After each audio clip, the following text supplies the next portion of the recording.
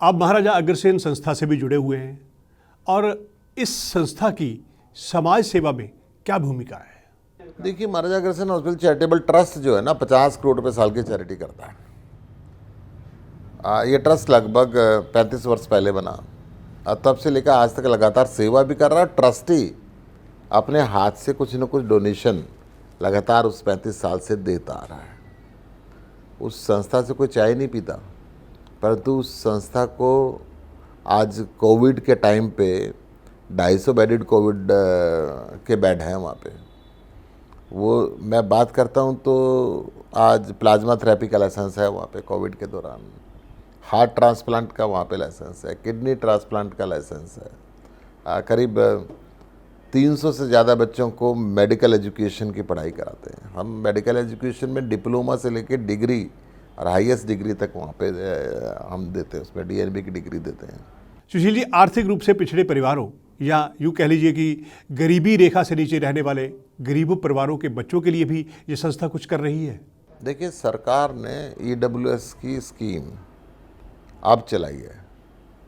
वो संस्था शुरू से अपने टोटल रेवेन्यू का 20% चैरिटी पे लगाती रही है। शुरू से जब से ट्रस्ट बना है, सरकार 10% रिजर्वेशन की बात करते हैं, वो संस्था 20% चैरिटी करती है और शुरू से करती आ रही है।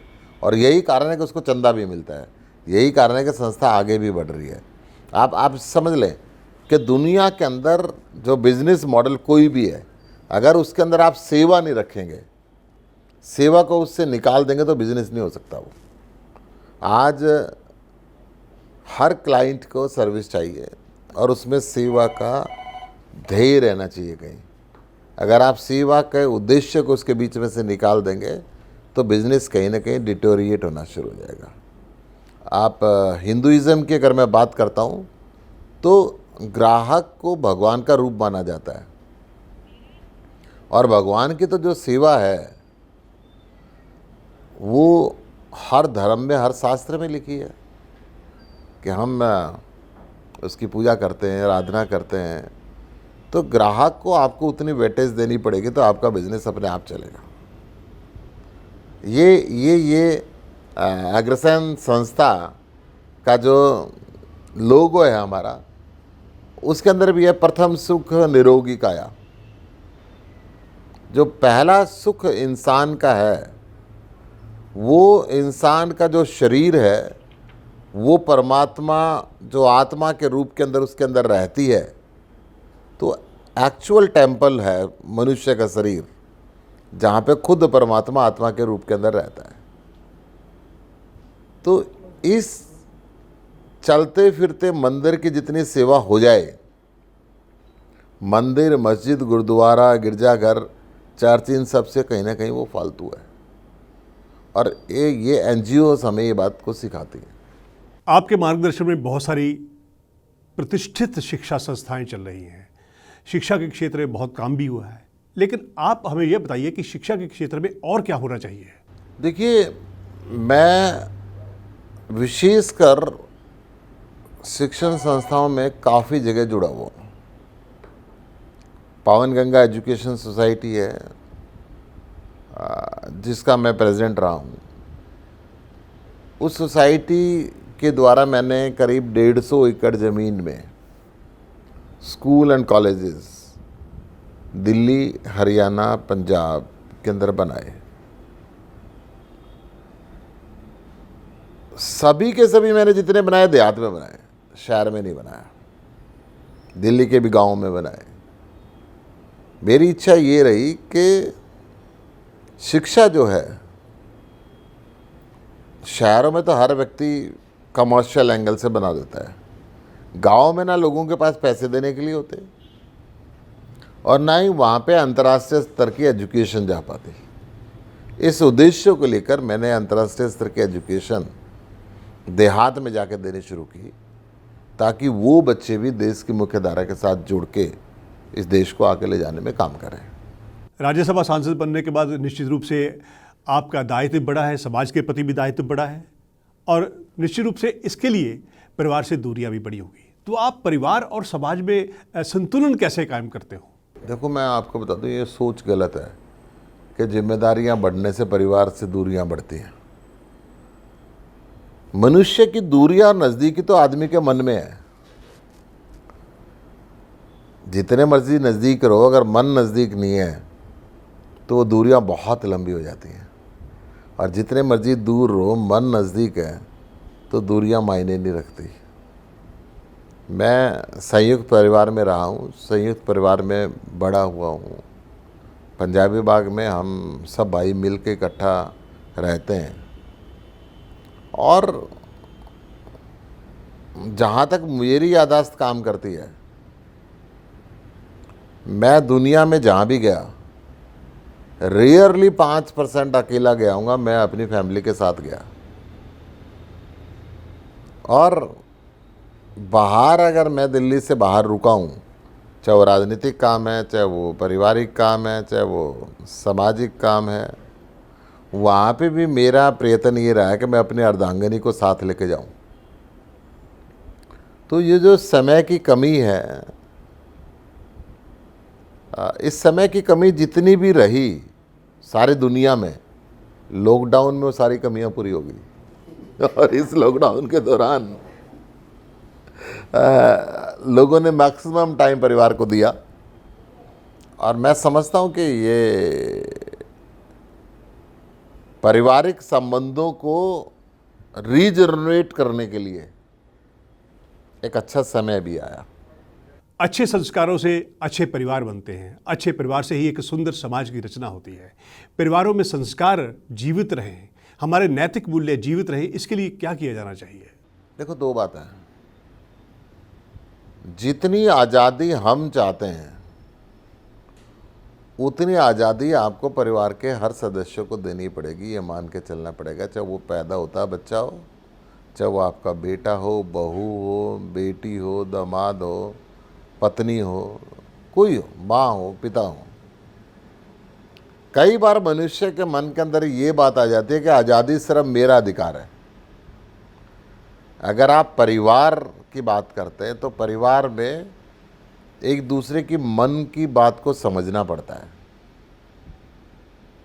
मन की बात को समझ के चीज़ों को आगे बढ़ाना पड़ता है। मैं एक बात बता दूं, आप व्यापार में हर रोज़ बात कर रहे हैं, परिवार में साल 2 साल में एक बार कोई बात ऐसी होती है कि परिवार को सिस्टम को बनाने के लिए, अन्यथा परिवार एक दूसरे की मौन भाषा को समझता है।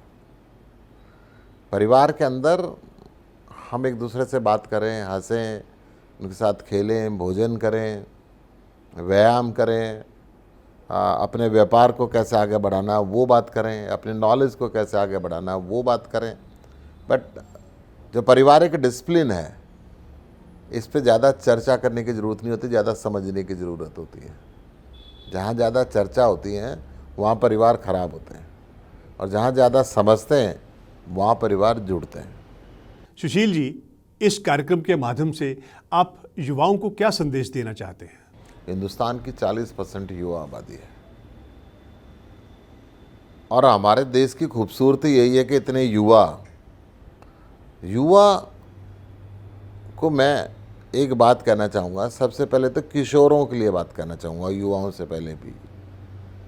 एक सूफी संत ने कहा है कि छोटे छोटे बच्चों के नन्हे नन्हे हाथों को छू लेने दो चांद सितारों को, 4 किताबें पढ़ के ये भी हम जैसे बन जाएंगे।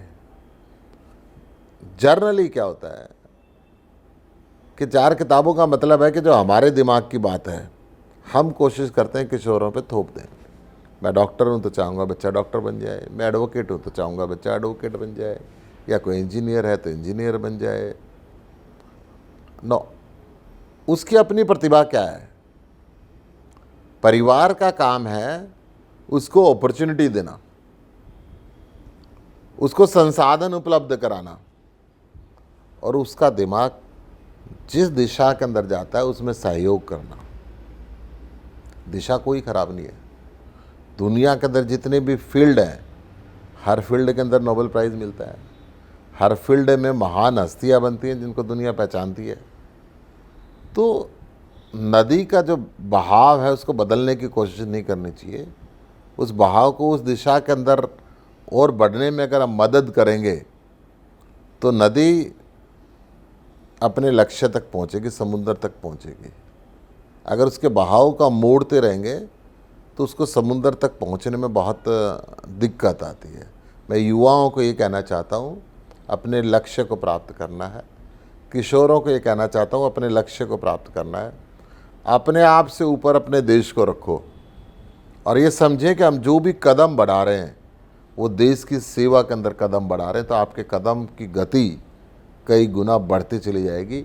आपके दिमाग का प्रयोग जब आप देश के लिए उसका प्रयोग करोगे, निस्वार्थ भाव से उसका प्रयोग करोगे, तो धर्म के रास्ते पर चलते हुए आप दुनिया के अंदर इस देश को आगे बढ़ाने में कंट्रीब्यूशन करेंगे। सुशील जी, आप हमारे कार्यक्रम से जुड़े, हमारे सवालों का जवाब दिया, आपका बहुत बहुत धन्यवाद। कोई भी व्यक्ति अगर राष्ट्र और समाज के लिए काम करता है, सेवा की भावना से काम करता है, तो उसके लिए परिवार का सहयोग बहुत ज़रूरी है। सुशील गुप्ता जी के अब तक के सफ़र में परिवार का कैसा सहयोग रहा, आइए इस बारे में बात करते हैं उनके पुत्र भारत गुप्ता जी से। जब स्कूल का टाइम था, जब हम छोटे थे, हम भाई बहन थे, तो ये सोचते ज़रूर थे कि हाँ हमें टाइम नहीं मिलता, मतलब हमें मूवीज़ जाना है या कहीं घूमने जाना है, तो कहीं ना कहीं फादर साहब बिज़ी रहते थे क्योंकि समाज कार्यों में लगे रहते थे। हम कंप्लेंट्स भी उनसे बहुत करते थे कि नहीं जी आप हमें टाइम नहीं दे रहे हैं, बट वो हमें यही कहानी सुनाते थे कि हमारे दादा भी पूरा टाइम समाज सेवा करते थे और ये हमारा कर्तव्य है कि हम करते रहें ताकि लोगों की जो गुड विशेज़ हैं वो हमें हमेशा मिलती रहें, हमारे परिवार को हमेशा इकट्ठा रखे। आज वो बातें समझ आती हैं जब हम कहीं पे भी जाते हैं और उनका नाम अगर एक साथ जाता है कि जी अच्छा सुशील जी के बेटे हैं, तो पापा ने कहीं ना कहीं उनका कहीं ना किसी कदम पे जो मदद करी होती है तो उसका फल हमें मिलता है। वो लोग जानते हैं कि हाँ जी उनके बेटे हैं या उनके जानने वाले हैं, उनके रिश्तेदार हैं, तो उन्होंने हमारी मदद करी थी बिना किसी चीज़ को देखते हुए, बिना कुछ पूछे हमारी मदद करी थी। तो ये एक अच्छे परिवार से हैं, सबका देखने वाले हैं, एक मन में अच्छी फीलिंग आती है।